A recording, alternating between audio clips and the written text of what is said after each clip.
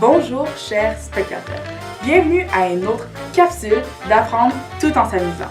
Donc aujourd'hui, moi, Mbalu Chéri Camara, je vais vous présenter une émission avec mes co-animateurs. Donc avant de débuter, je vais vous les présenter. Donc dans notre émission, il va y avoir Rabia, Ashley et John. Ici John Sterling et Rabia pour l'actualité. Donald Trump est rentré à la grande surprise de tous à la Maison-Blanche, il y a presque 2 ans. Et oui, le 20 janvier 2017, il est devenu l'homme le plus puissant du monde en devenant le président des États-Unis d'Amérique. Comme vous le savez déjà, c'est un individu flamboyant, notamment pour ses idées hors du commun et de ses tweets. De plus, cet homme authentique, en sa manière, ne fait pas l'unanimité, en raison de ses positions sur ces nombreux enjeux importants aux États-Unis, tels que l'avortement et l'immigration. Par contre, c'est son manque de professionnalisme à l'échelle internationale qui lui a coûté cher ces derniers mois. Au mois de juillet, entre autres, Donald Trump a rendu visite à la reine Élisabeth II. Il a commencé sur un mauvais pied lorsqu'il arriva en retard. La presse britannique a même pu déceler de l'impatience chez la reine lorsqu'elle a observé sa montre. D'autre part, il s'est assis sur le fauteuil de Winston Churchill. Lorsque le président rencontre la reine, il y a un protocole très strict à respecter, ce qui n'a pas été fait de sa part. On ne peut pas serrer la main de la reine, et le président a tout de même fait ce geste interdit par la tradition. Aussi, la première dame des États-Unis, Melania Trump, avait oublié de saluer le monarque britannique. Tout cela est un manque flagrant de préparation. Il y a juste eu un oubli de la part du président. Le dernier élément est que Donald Trump avait marché devant la reine. C'est aussi un aspect qui était interdit par la tradition. On peut donc se poser des questions sur les spécialistes qui ont été choisis par Donald Trump pour cette rencontre, comme ses conseillers politiques.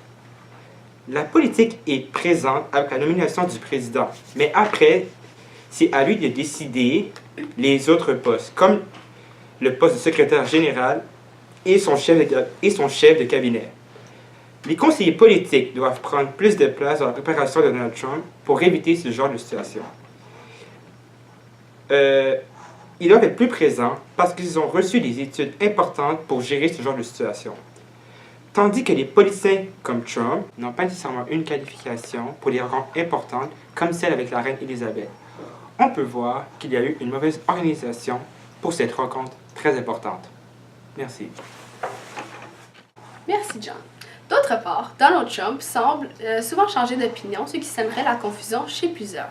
Entre autres, depuis le début de son mandat, Donald Trump a semé la confusion lorsqu'il a été élu, car plusieurs ne croyaient pas en son élection et plusieurs pensaient qu'il y a eu une ingérence. Selon plusieurs, ce serait une ingérence de la Russie.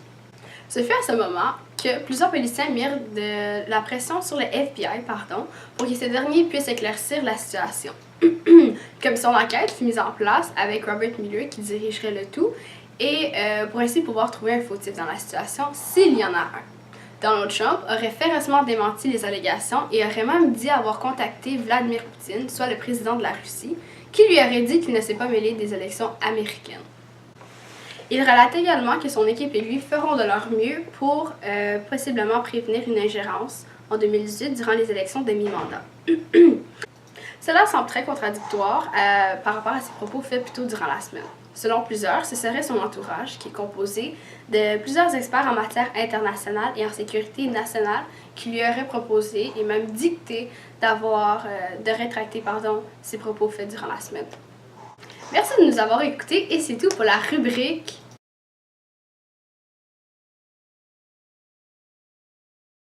Le 2 octobre, un journaliste d'origine turque se rendit dans l'ambassade de l'Arabie Saoudite pour y récupérer des documents de mariage.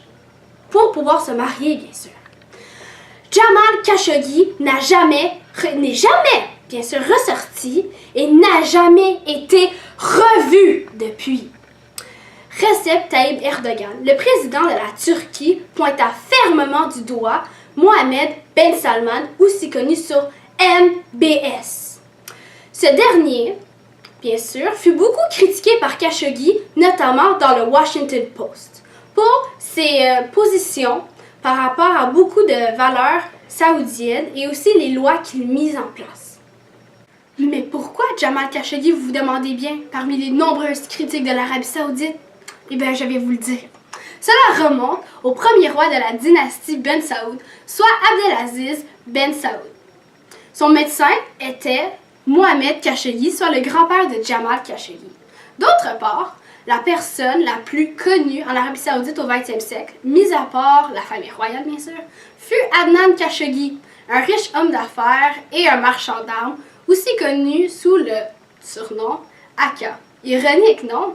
Bien sûr, ce dernier fut l'oncle de Jamal Khashoggi et la valeur personnelle de ce dernier s'élevait à plus de 4 milliards de dollars durant les années 80. Cette liaison à la famille royale mit la famille Khashoggi sur un piédestal dans le royaume et le pays de l'Arabie Saoudite.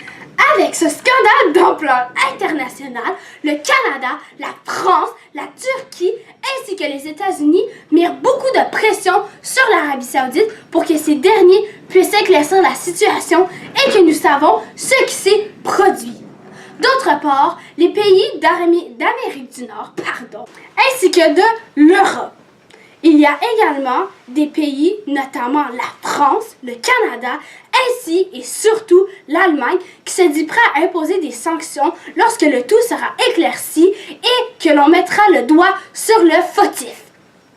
D'autre part, cette coopération internationale met de l'avant que lorsque les valeurs de l'ensemble des pays du monde sont primées, soit la transparence, la liberté d'expression et les droits de l'homme en général, sont primés, qu'il y a des conséquences et un prix à payer. Bien qu'on le sache, il faut absolument que nos pays de ce monde puissent s'appuyer et s'entraider pour ainsi assurer la paix mondiale, du moins du mieux que l'on peut. Bienvenue au studio de danse de Dunia, où tout le monde peut apprendre à danser. J'essaie plus après à danser, s'il te plaît. Bien sûr, Meilleur? Je comprends. Merci beaucoup. de rien. Je suis là pour ça. Bonjour, et nous sommes de retour après cette courte pause pour notre rubrique économique. Moi et Mbalou allons vous parler des renégociations pour l'ALENA. D'accord, donc merci Ashley. Depuis que le président américain Donald Trump est rentré justement à la Maison-Blanche, plusieurs choses ont été chamboulées. Donc l'une d'entre elles en fait est la renégociation de l'ALENA. Donc si vous ne savez pas déjà, l'ALENA c'est un accord de libre-échange entre le Mexique, les États-Unis et le Canada. Donc depuis le début du processus de négociation, Donald Trump a toujours préféré le scénario d'une entente séparées, donc une avec le Mexique et une avec le Canada. Il désire opérer avec un protectionnisme au détriment des bénéfices que génère cet accord. Et Trump a affirmé à plusieurs reprises qu'il envisageait de mettre fin à l'accord trilatéral. Le président Trump a annoncé que l'ALENA était mort et que le Canada avait un choix. Donc, le choix entre se joindre à l'entente conclue avec le Mexique, conclure son propre accord bilatéral avec les États-Unis ou rester sur le carreau et s'exposer à ses propres tarifs douaniers, ses propres tarifs commerciaux de 25%. Donc, dans son accord, justement, ça, c'est par rapport au secteur automobile. Puis, tout cela pourrait justement entraîner un débat constitutionnel. Dans une perspective idéaliste, il faut bien évidemment considérer les positions de tous. Donc, tous les intérêts communs doivent être partagés pour qu'une concession soit faite qui pourra bénéficier non seulement aux puissances mondiales, mais également à leur population. Donc, Chrystia Freeland, la ministre canadienne des Affaires étrangères, représente le Canada dans ces négociations et le représentant au commerce Robert Lighthizer communique au nom des États-Unis. C'est très intéressant ce que tu dis, Balou. Je pense que ce qui choque le plus la population est que le président Trump n'est aucunement pressé et ne met aucun effort pour conclure ces renégociations et il le laisse bien dire dans ses propos un peu déplacés lorsqu'il dit durant une réunion avec son gouvernement si vous ne pouvez conclure un bon accord, ne concluez rien. C'était vraiment, ça a laissé les spectateurs un peu amers, sachant que des responsables mexicains sont venus jusqu'à Washington pour cet entretien exclusivement, ce qui émettait un peu un manque de respect auprès de certains. Surtout sachant que des négociateurs travaillent sur cette régulation depuis 4 semaines consécutives et surtout pour avoir la meilleure entente possible qui plaira à tous les pays également.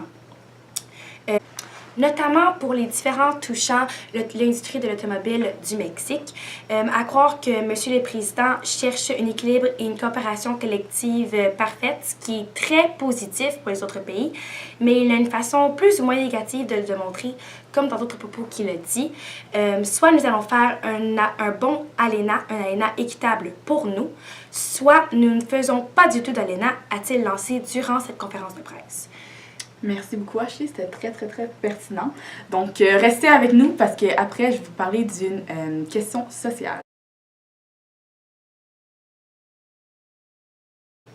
On peut remarquer que les prêtres font de plus en plus les titres. Une enquête a révélé en Pennsylvanie que plusieurs abus sexuels ont été commis. Et ces abus sexuels-là ont été commis par plus de 300 prêtres prédateurs et ces abus ont été couverts par l'Église catholique de cet État. Et il y a eu plusieurs victimes et au moins 1000 d'entre eux, justement, 1000 enfants auraient été atteints par ces abus sexuels. Un des 2 prêtres a été justement inculpé pour des agressions sexuelles répétées sur plusieurs enfants, dont les plus récentes remontent à 2010. L'autre prêtre a été accusé d'agression sur un enfant de 7 ans et il a plaidé coupable en fin juillet, mais le chef d'accusation retenu s'agit d'un délit et non d'un crime, ce qui remonte à au moins un maximum de 5 ans d'emprisonnement. Au maximum. Et dès que le pape François a appelé la communauté religieuse tout entière à dénoncer ces abus sexuels commis par des membres du clergé, de nouveaux faits ont fait surface encore. Donc cette fois-ci, c'était en Allemagne. Les politiciens religieux, comme le Vatican, gèrent les scandales qui se produisent au travers du monde. Plusieurs peuvent croire que c'est une contradiction dans un certain sens. Donc, malgré tout, plusieurs sont d'avis, comme j'ai dit un peu plus tôt, que les situations de ce type qui gagnent en ampleur devraient être traitées par des spécialistes. Ces spécialistes seraient plus cotés pour prendre soin de ces situations, par exemple, les juges, les avocats et toutes les forces de l'ordre. En fait. Ceux-ci n'auraient pas d'intérêt politique, mais plutôt juste la justice.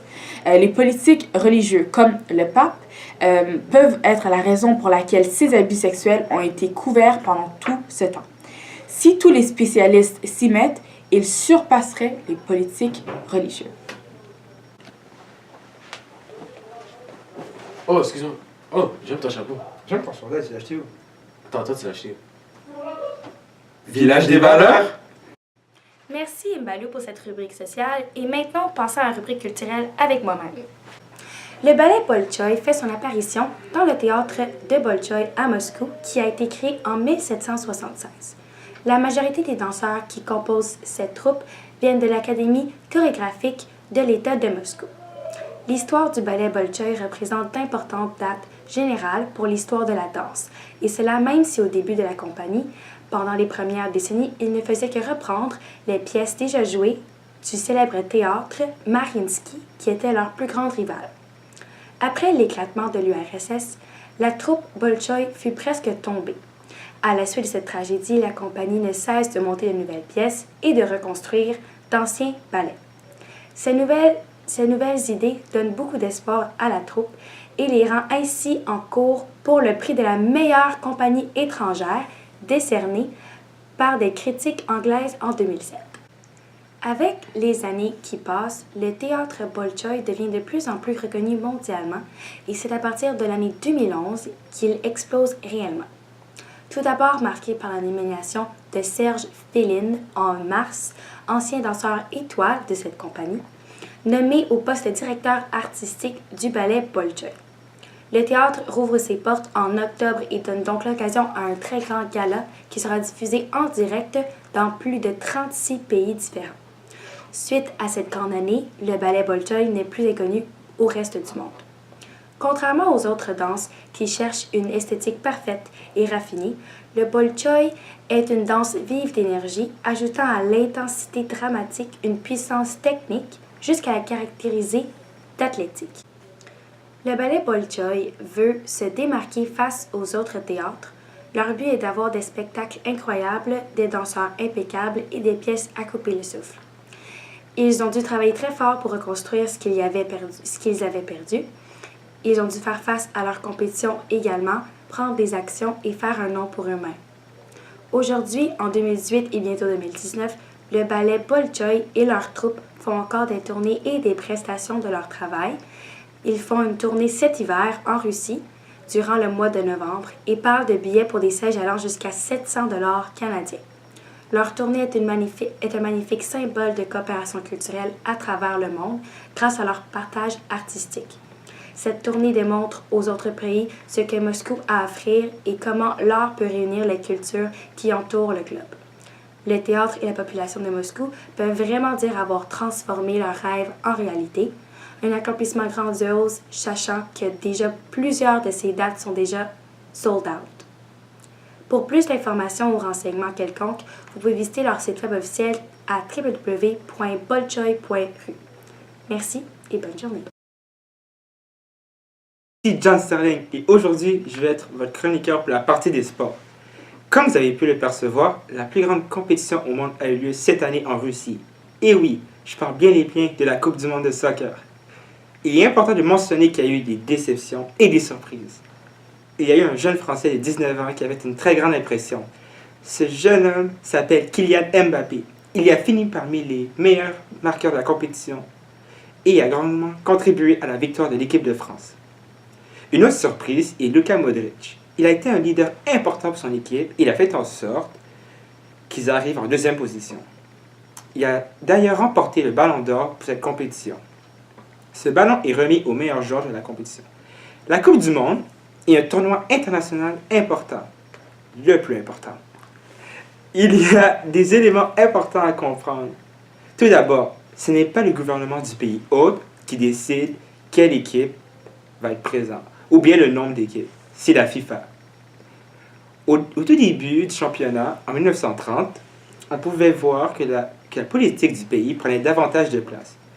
Comme par exemple, ils décidaient du budget pour la festivité. Mais maintenant, il y a de nombreux spécialistes qui donnent à l'avance le budget aux pays qui désirent prendre part à la compétition. Et ça aide les pays parce que grâce à ça, ils peuvent voir s'ils ont des chances d'être le pays hôte ou non. Il y a de plus en plus d'ajouts de spécialistes et ils prennent la place du gouvernement du pays. Aussi de nombreuses avancées techniques dans la Coupe du Monde comme la reprise vidéo. C'est encore une décision de l'organisation de la FIFA et non celui du pays. C'est une avancée technique parce que c'était la première fois qu'il y avait les reprises vidéo dans le tournoi. On parle davantage de la place des spécialistes, mais il y a tout de même des éléments qui sont dirigés par le gouvernement. Et ces exceptions ne vont jamais changer. Comme par exemple, on voit toujours le beau côté de la Coupe du Monde. Mais il y a de nombreuses violences durant les matchs. Et ça arrive souvent. Comme lorsqu'il y a une rivalité Brésil-Argentine, il y a souvent comme des confrontations. Et les policiers doivent agir en conséquence.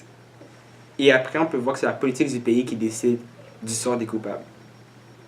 Aussi, un geste que plusieurs individus peuvent trouver drôle est de courir sur un terrain en plein parti. C'est un geste déplorable et il y a des conséquences négatives à la suite de cela.